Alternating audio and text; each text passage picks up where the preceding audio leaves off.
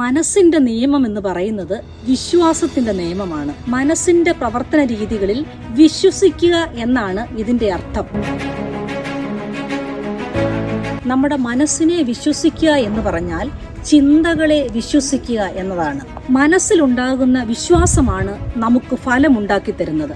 അങ്ങനെ നമ്മുടെ മനസ്സിനെ നല്ല ചിന്തകൾ കൊണ്ടും സമാധാനം കൊണ്ടും സന്തോഷം കൊണ്ടും നന്മ കൊണ്ടും നിറയ്ക്കുകയാണെങ്കിൽ നമ്മുടെ ജീവിതത്തിൽ അത്ഭുതങ്ങൾ പ്രവർത്തിക്കുന്നത് കാണുവാൻ നമുക്ക് കഴിയും. വിശുദ്ധ ബൈബിളിൽ പറയുന്നത് നിന്നാൽ ഞാൻ ഈ മതിൽ ചാടിക്കടക്കുമെന്നാണ്.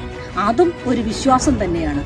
നമുക്ക് ബോധ മനസ്സും ഉപബോധ മനസ്സുമുണ്ട്. ബോധ മനസ്സ് വിശ്വസിക്കുകയും സത്യമാണ് എന്ന് ഉറപ്പിക്കുന്ന കാര്യങ്ങളെ അടിസ്ഥാനപ്പെടുത്തി അത് നിർദ്ദേശിക്കുന്ന കാര്യങ്ങളെ അനുസരിക്കുക എന്നതാണ് ഉപബോധ മനസ്സിന്റെ രീതി. ഉദാഹരണത്തിന്, എനിക്ക് ഇത്രയും ഭാരിച്ച തുക ഉണ്ടാക്കാൻ കഴിയില്ല, എൻ്റെ ഈ മഹാരോഗം എന്നെ വിട്ടുപോകുകയില്ല എന്നൊക്കെ മറ്റുള്ളവരോട് നാം ആവർത്തിച്ച് പറയുമ്പോൾ നമ്മുടെ ഉപബോധ മനസ്സത് വിശ്വസിക്കുകയും സാമ്പത്തികമായി നമുക്ക് ബുദ്ധിമുട്ടുണ്ടാകുകയും നമ്മൾ മഹാരോഗികളായി തീരുകയും ചെയ്യും. നമ്മുടെ ചിന്തകൾ ശരിയെന്നോ തെറ്റെന്നോ ഉപകാരമെന്നോ ഉപദ്രവമെന്നോ വിവേചിച്ചറിയാൻ ഉപബോധ മനസ്സ് ശ്രമിക്കാറില്ല.